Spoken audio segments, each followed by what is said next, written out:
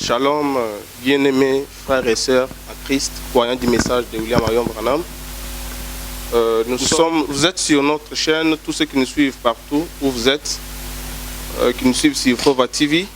Nous sommes ici avec notre invité, un grand homme que tout le monde connaît très bien. Je ne pouvais pas citer son nom maintenant, je crois bientôt là vous allez le découvrir. Vu le temps que nous vivons pour l'instant, au mois d'avril, par rapport à ce que nous voyons partout sur Internet, dans les réseaux sociaux, les gens nous parlent de la Pâque. Il y a assez de catholiques qui célèbrent cela, c'est de l'église dénominationnelle le fait aussi. Alors nous sommes venus chercher le pasteur pour nous parler c'est quoi la Pâque, pourquoi on célèbre la Pâque.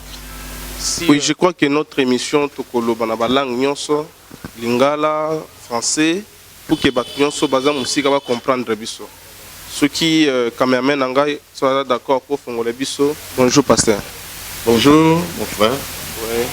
Comment on vous appelle pasteur? Vous êtes responsable de quelle église et puis l'église se trouve où? Bien, merci beaucoup pour la question. Je suis le révérend pasteur Albin Poutou. Je suis responsable de l'église Lys Tabernacle. C'est une église du message du temps de la fin, qui est ici à Kinshasa et en province, dans la province du Kasaï. Là, j'ai une église, c'est là que j'ai commencé. Et par après, je suis venu ici pour installer encore l'église ici à Kinshasa. Présentement, nous sommes à Limité sur l'avenue Imprimerie numéro 3. Ok. Église na Kinshasa, pasteur Bandaki, Nanene. À Kinshasa, spécialement, nous avons commencé au mois d'août 2017. Ok. Donc d'ici là, ça 4 ans. 4 ans. Okay. En mois d'août, ici, on aura à fêter le 4e anniversaire. Ok. Vous venez de nous dire que l'on vous appelle le pasteur Albert Poutou. Albin Poutou. Les gens confondent avec Albert, mais je ne suis pas Albert. Okay. Mon nom propre, c'est Joseph Albin Poutou. Albin Poutou. Oui. Moi, personnellement, c'est la confusion, moi, comme moi. Donc, c'est un peu ça. Ouais. Oui, pasteur Toyoko Lukayo, pour nous éclaircir sur la Pâque. Parce que Pâques, ils ont dit dans la Bible, parce que nous même les catholiques, nous célébrons Pâques. Nous avons que non, concert il y a Pâques. Jusqu'alors, nous n'avons pas compris c'est quoi la Pâque. Et selon la Bible aussi, voire même aussi le message du temps de la fin. Merci pour la question. Ça, c'est une question très pertinente.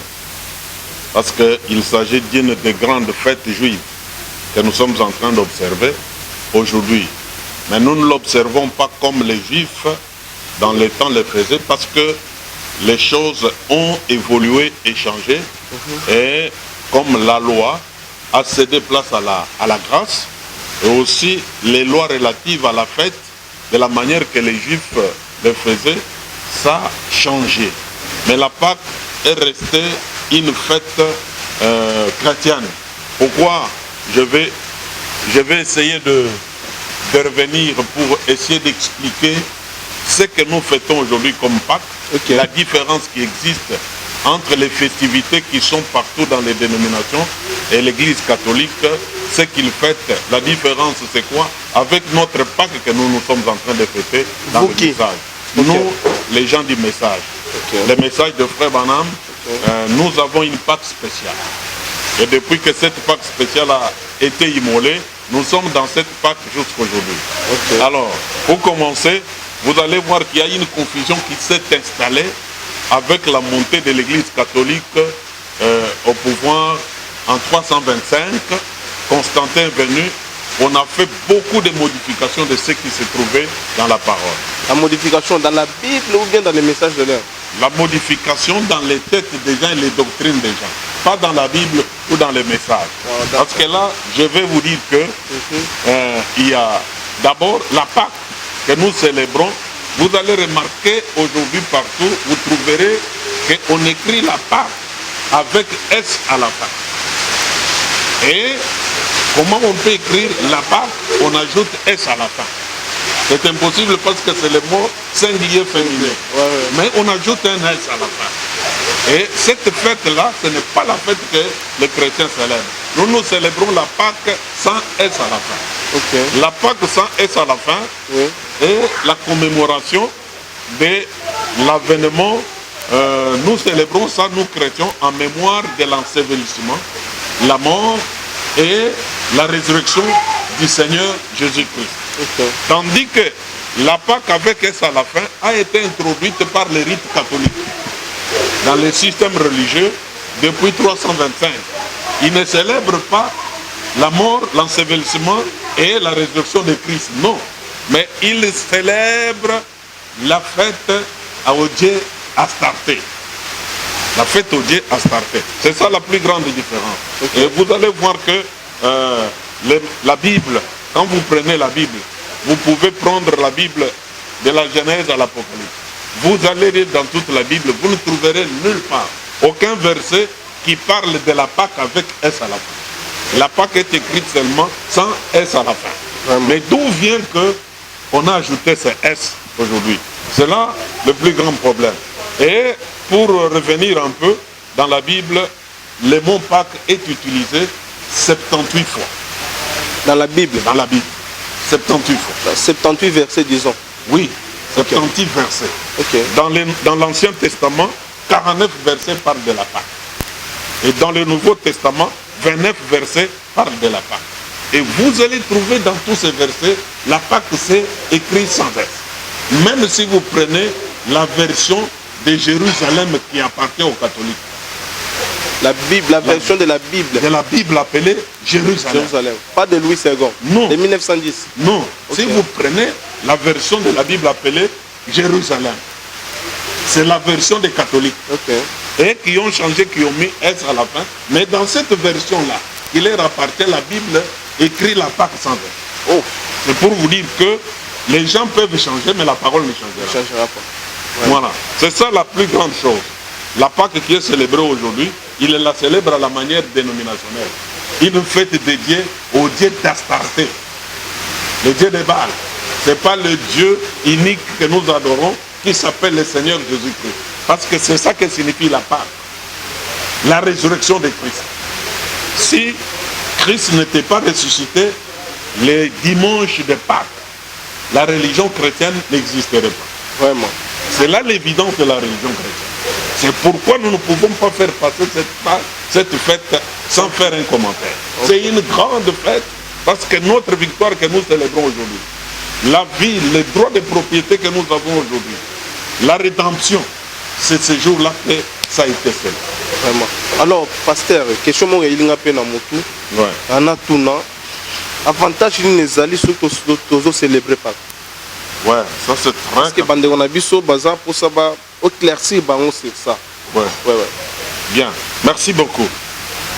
Les avantages de la célébration de la fête des Pâques sont nombreux. Je l'ai dit ici, c'est une commémoration où nous souvenons de la victoire, de la résurrection de Christ. Et en célébrant la Pâque aujourd'hui, qu'est-ce que nous, en tant que chrétiens, nous cherchons? Ça va nous amener quoi? La Pâque, quand nous allons célébrer ça. Vous allez remarquer que dans la Bible, Jésus, quand il est venu, lui, dont la Bible parlait de l'Ancien Testament ou jusqu'à dans le Nouveau Testament, il a célébré la fête des Pâques 4 fois. Jésus, le Seigneur Jésus-Christ que nous adorons. Jésus-Christ que nous adorons. Okay. Il a célébré la fête des Pâques 4 fois. La première fois, quand il a célébré la Pâque, ça c'est la Bible. Si on pouvait avoir le temps de donner même des versions, on pouvait le faire. Oui, oui, donner. Mais c'est biso po bato, bazo landa biso pour ne pas comprendre rango. Oui. Ouais, baza après bakota rango pe se place ne bazo ne bazo landa biso ana Fova TV. Vous allez remarquer que Jésus a célébré 4 fois la Pâque. Ouais. La Pâque juive. Ouais. Il a célébré la première fois, c'est le jour où il est venu. Il est entré dans le temple. Il a trouvé qu'il y avait des vendeurs dans le temple qui vendaient les pigeons, les boucs, les brebis et toutes ces choses, parce que c'était la fête des Pâques. On devait immoler un agneau. Okay. Et ça, c'était les types. Okay. Mais quand Jésus est né, lui qui était le véritable agneau de Dieu, qui devait ôter les péchés du monde, Jean l'a pointé. Il a dit, voici l'agneau de Dieu qui ôte les péchés du monde. Mais les gens restaient avec la tradition, restaient avec les coutumes d'amener les brebis, les boucs et les agneaux. Et quand Jésus est venu aussi, ça coïncidait. À cette première Pâque qu'il va fêter, après que Jean-Baptiste l'a présenté à la rivière, il entre au temple, il trouve que les gens avaient amené des chèvres, des vaches, des moutons pour vendre aux gens qui devaient immoler pour la Pâque. Et Jésus s'est fâché. La Bible dit, il a pris une corde. Il a commencé à chasser les gens, les vendeurs dans les temples. Il a dit, ma maison n'est pas une maison de pitié, n'est pas une maison de désordre, mais c'est une maison d'adoration. Comment vous l'avez changé, vous avez fait de cette maison un commerce. Et ce jour-là, il a chassé les gens du temple pour leur faire voir que les boucs, l'agneau, les brebis que vous êtes en train de donner aux gens pour célébrer la Pâque, ce n'est pas ça la véritable Pâque. Okay. La véritable Pâque aujourd'hui est debout devant vous. C'est une personne. Vous devez le croire parce que c'est lui le véritable agneau qui ôte les péchés. Les sangs des boucs ne peuvent pas ôter les péchés. C'est ce qu'il voulait leur dire. En d'autres termes, mais ils n'ont pas saisi. C'est pourquoi il a chassé du temple et la Bible dit, ils les ont perdus les brebis, les pigeons se sont envolés parce qu'ils les œuvraient, ils les adoraient dans les titres, dans les ombres, ne connaissant pas la réalité. C'était ça la première Pâque. La deuxième Pâque, Jésus vient l'année qui suivait, parce que chaque année on devait célébrer la Pâque. Et Jésus a fait 3 ans et demi de ministère. Et il a célébré 4 fois la Pâque. L'année qui suivait, il est venu pour la Pâque. Il arrive à Jérusalem, il va jusqu'à la piscine de Bethesda. Là, il trouve une personne qui était malade, impotent, pendant 38 ans, qui n'avait pas la force de se jeter dans la piscine pour trouver la guérison. Quand Jésus arrive, il regarde cet homme, il dit, prends ton lit, marche. Il guérit. C'est pour dire que la Pâque, quand nous la célébrons, nous sommes en train de nous souvenir aussi de la guérison divine. Et frère Branham dit, si on détachait la guérison divine de Christ, on a annulé la rédemption, on a annulé la délivrance. On ne peut pas détacher ces deux choses. Nous célébrons la Pâque parce que nous croyons que la résurrection de Christ nous accorde le droit à la vie. La guérison, c'est une résurrection pour la guérison, une résurrection pour la vie éternelle, une résurrection pour la prospérité. Il y a beaucoup de choses qui sont cachées là-bas. La troisième fois, pour que je termine, où Jésus célèbre la Pâque, c'est quand il vient, il multiplie 5 pains avec 2 poissons. Il nourrit 5000 personnes. 5000 personnes attendaient là. Ils sont venus pour la Pâque. Ils ont célébré la Pâque, ils sont affamés. Il n'y a pas de nourriture. Jésus dit non, ne vous en faites pas. Vous avez quoi? Il dit 2 pains, 2 poissons. Et quoi? Et 5 pains. Il dit, amenez-moi ça. Il prend ces 2 poissons, il prend ces 5 pains, il prie, il multiplie ça. On nourrit 5000 personnes. C'est pour vous dire que la Pâque, c'est une nourriture que nous donnons aux gens. Ils doivent manger quelque chose. Je pense que vous allez aussi célébrer cela dans votre église pasteur. Oui. Oh. Oui. Donc après la manifestation, c'est que tu vas voler mais pourquoi pas? J'ai dit dans le programme qu'il y a un rafraîchissement. Ah, okay. Les gens ne peuvent pas venir à la Pâque rentrer sans manger. Ah, parce que quand ils sont venus là, ils étaient fatigués. Avec les charges, nous avons commencé depuis vendredi. Aujourd'hui, samedi et demain, dimanche, les gens sont quand même fatigués. Okay. Et ils doivent manger quelque chose. Et Jésus a compris ça. Et à la Pâque, il a donné la nourriture aux gens. Mais vous allez trouver que ça, c'était le pain naturel. Mais quand Jésus vient, il dit, je suis le pain de vie qui est descendu du ciel. C'est que la Pâque, la nourriture est spirituelle, que les gens doivent manger, la parole qui doit être immolée. Parce que, quand vous lisez dans 1 Corinthiens chapitre 5, l'apôtre dit, venons, célébrons la fête sans levain, parce que Christ, notre Pâque, a été immolé. Voilà. Christ, la parole faite chair, a été immolée aujourd'hui. Parce que je peux encore faire une parenthèse que je vais fermer plus vite. Okay. Vous allez remarquer que dans l'Ancien Testament, quand on célébrait la Pâque, on prenait un agneau d'1 an, sans défaut. Symboliser quoi, pasteur? Voilà, c'est là que je suis en train de partir. Un agneau d'1 an sans défaut, qu'on prenait, on les gardait pendant 14 jours. Il était immolé le 14e jour. Mais, remarquez, quand l'agneau a été pris, Le 10e jour, la Bible dit, on commença à l'examiner. On l'examine le 10e jour, pour voir s'il a des défauts, on ne les tue pas. On les laisse. Le 11e jour, on l'examine, on ne le tue pas. Le 12e jour, on l'examine, on ne le tue pas. Le 13e jour, on l'examine, on ne le tue pas. Le 14e jour, on vient, on l'examine, on trouve qu'il est sans défaut. Au soir du 14e jour, on l'immole. Et si vous remarquez maintenant, pour revenir à votre question, Jésus est venu. Pilate l'a examiné les jours qu'on l'a arrêté. Il dit, quel mal a-t-il fait? Il dit, crucifiez-le parce que lui, il y a un homme, il s'appelle Fils de Dieu. Il dit, mais quel péché? Dites-moi ce qu'il a fait de mal pour que je le condamne. Ils ont dit, crucifiez-le. Pilate dit, je n'ai trouvé aucun mal en lui. Je lave mes mains que cet homme, c'est vous qui dites de le tuer. Mais moi, je n'ai pas trouvé de défaut en lui. Voilà, l'agneau qui devait être immolé sans défaut, c'était un homme, c'était Jésus-Christ. Parce que quand Pilate l'a examiné les jours qu'on devait l'immoler, les vendredis saints, il a dit que je l'ai trouvé sans défaut. C'était lui.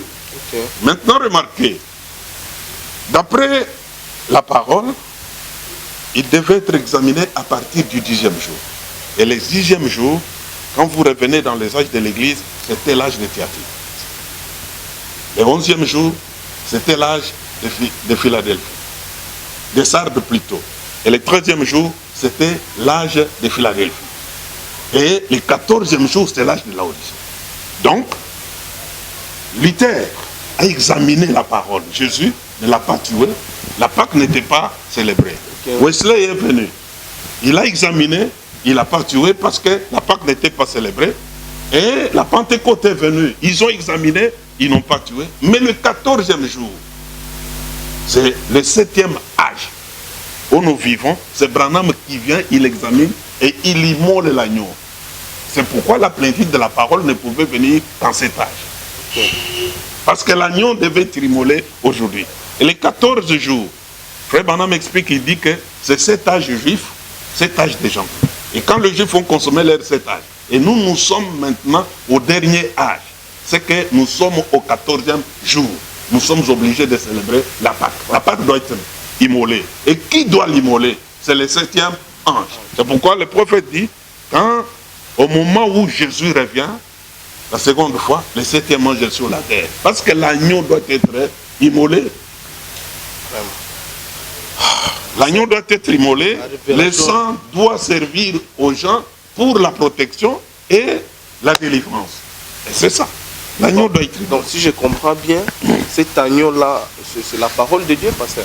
L'agneau immolé, qui devait être immolé, qui a été immolé, ce n'est pas un agneau à 4 pattes. Ok, c'est quel agneau alors? C'est l'agneau que la parole ointe de l'air, la parole faite chair. C'est ça que nous nourrissons aujourd'hui comme pain. Vraiment. Oui. Vraiment. C'est ça que nous mangeons. Parce que il devait manger ça comme pain. Quand Jésus est venu, à la dernière Pâque, comme je n'avais pas terminé, il a dit aux disciples, je ne mangerai plus encore avec vous la Pâque, jusqu'à ce que j'en mangerai de nouveau dans le royaume de mon Père. Jusqu'aujourd'hui. Quand il reviendrait dans les jours que le royaume viendrait sur la terre, c'est les jours que la Pâque serait célébrée. Et si le royaume est revenu sur la terre aujourd'hui, le royaume de Dieu, qui est Christ la parole, la Pâque est là. Parce que ça, c'était que Jésus avait promis. Pasteur, la rénovation n'a pas donc,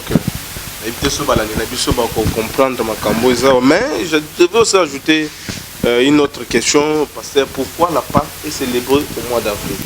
Ouais. Parce que, au mois d'avril, le mois d'avril, concert, mois d'avril, mais expliquez tout le temps. Oui, merci beaucoup. Dans les messages, est-ce que vous célébrez aussi au mois d'avril et pourquoi? Ok, merci beaucoup. Nous célébrons la Pâque au mois d'avril parce que depuis l'Ancien Testament, la Bible dit ça, je peux lire Exode chapitre 12, verset 1er jusqu'à 6. La Bible dit, l'Éternel Dieu dit à Moïse et Aaron dans le pays d'Égypte, ce mois ici sera pour vous le premier mois, le premier des mois. Il sera pour vous le premier des mois de l'année. Parlez à l'assemblée des enfants d'Israël les 10e jours de ce mois, on prendra un agneau pour chaque famille. Ok. Un agneau pour chaque maison. Si la maison est trop peu nombreuse pour un agneau, on prendra avec son plus proche voisin, selon le nombre de personnes. Vous compterez pour cet agneau d'après ce que chacun peut manger. Ça sera un agneau sans défaut, mâle, âgé d'1 an. Vous prendrez un agneau ou un chevreau. Vous le garderez jusqu'au 14e jour de ce mois et toute l'assemblée d'Israël l'immolera entre les 2 soirs. C'était ça la Pâque, la première Pâque qui a été célébrée. On l'a célébrée au premier mois juif. Le premier mois juif s'appelait les mois d'Abib ou les mois de Nissan. Et les mois d'Abib, qui était le premier mois chez les Juifs, ou les mois de Nissan, correspond avec le calendrier julien. Parce que nous, on a laissé le calendrier juif. On a pris le calendrier romain. Parce que c'est Rome qui domine, qui a dominé, qui continue à dominer. Ils nous ont imposé le calendrier. Selon le calendrier romain, le premier mois qui était le mois d'avril où la Pâque tombait chez les Juifs est devenu le 4e mois. Le mois de mars ou d'avril. C'est ça le mois de Nissan ou le mois d'Abib. Alors, comme la parole disait que c'était au mois de Nissan, au mois d'Abib, nous sommes obligés de respecter ce que la parole de Dieu a dit. Okay. Et comme Jésus aussi, quand il est venu, il est né au mois d'avril, il est mort au mois d'avril, la Pâque devait se passer au mois d'avril, qui est le mois de Nissan. C'est pourquoi nous observons le mois de Nissan. Mais lorsque vous dites qu'il est né au mois d'avril, le catholique dit que Jésus est né le 25 décembre. Voilà, c'est là que je pouvais aussi revenir. Oui, oui. Si vous parce que vous venez de dire que non, à des fois nous célébrons aussi la naissance. Oui. Vous avez dit c'est la naissance, oui. La naissance du Seigneur Jésus-Christ. Oui. Mais nos frères des catholiques disent que non, Jésus est né le 25 décembre et célèbre cela chaque année. Oui. Est-ce que vous pouvez nous donner la clarité sur ces 2 dates en question? Merci beaucoup. Jésus n'est pas né au mois de décembre. Si vous prenez la Bible dit dans Luc, au 7e mois, l'ange Gabriel est envoyé dans une ville de Nazareth à une vierge appelée Marie, au 6e mois. Selon quel calendrier? Selon les calendriers juifs, au 6e mois. Okay. Il est envoyé à une vierge appelée Marie. Et quand Gabriel part, il dit à Marie, tu vas concevoir, donner naissance à un enfant qui s'appellera Emmanuel Jésus. Bon, comptons maintenant, si on est sérieux. Le mois de juin, l'ange annonce que tu auras une grossesse, tu vas enfanter. Et au mois de décembre, la maman accouche. C'est un prématuré ou un enfant normal. Mais selon la médecine, ça peut aussi arriver. Ça peut arriver selon la médecine. Oui, oui. Mais Dieu n'est pas obligé de suivre la médecine. Okay. La médecine est obligée de suivre Dieu. Et Dieu a établi les lois d'après lesquelles l'enfant pour naître doit faire 9 mois. C'est ça la naissance normale. Oui. Maintenant, cet enfant qui va naître 6 mois après, c'est un prématuré. Même la médecine a donné le nom de prématuré. Ce n'est pas un enfant normal. Alors Jésus était prématuré? Non. Ça c'est de 1. Pourquoi les catholiques célèbrent le 25 décembre? Le 25 décembre, ce n'est pas une date de la naissance de Jésus, c'est la date de la naissance du roi, de leur Dieu, Astarté, que j'ai dit ici, qui a pris même la Pâque. Okay. C'était quoi? D'après la mythologie romaine, le 20 ou le 21 décembre, le soleil disparaissait, avec le brume, avec la neige et l'hiver. Et il faisait 4 jours sans soleil. Et le soleil apparaissait le 25 décembre. Et là, selon les mythologies, ils ont dit, comme ça, nous allons commencer à adorer le Dieu soleil, le jour de son apparition, le 25 décembre. C'est ça, l'histoire. On adorait le Dieu soleil. Maintenant, quand le Fils de Dieu est né, et ils disent, comme il était le Fils de Dieu, or, en anglais, c'est bien clair. C'est Son. Hein? Vous allez trouver que la différence est là, c'est O et U. Oui, oui. Et Son signifie fils, et Son signifie soleil. Okay. Maintenant, ils adoraient les dieux soleil et non les dieux fils. Maintenant, ils ont dit, alors, comme nous voulons que tout soit mis ensemble, ils ont commencé à dire non, comme ça, disons que Jésus est né le 25 décembre. Or, ce n'est pas vrai. Le 25 décembre, il n'est pas né. Jésus est né dans les montagnes. La Bible dit, dans Luc, quand il était né, les bergers étaient dans les montagnes, dans les veilles de la nuit. En décembre, c'est l'hiver en Europe et en Asie. Personne ne peut supporter le froid dans les montagnes. Tout le monde doit être dans les maisons bien chauffées. Mais les bergers étaient dans les montagnes. Et les brebis, d'après la naissance naturelle, mettent bas surtout au mois d'avril et de mars. Okay. Et si Jésus est né comme un agneau, il devait naître comme les agneaux naissent naturellement. Au mois de mars ou d'avril. Et c'est pourquoi, au mois d'avril, c'était le printemps. Ce n'était pas l'hiver. Parce que l'hiver, on ne pouvait pas supporter qu'un enfant qui vient de naître naisse dehors, dans une crèche, sans couverture. Il allait subsister, il a résisté au froid. Non. C'est que cette thèse catholique n'est pas vraie. Okay. Ils les adorent, leur Dieu, Astarté, le 25 décembre, ce n'est pas le Fils de Dieu, Jésus-Christ. Vraiment. Chers internautes, chers frères et sœurs, vous venez d'écouter ce que le pasteur vient de nous dire.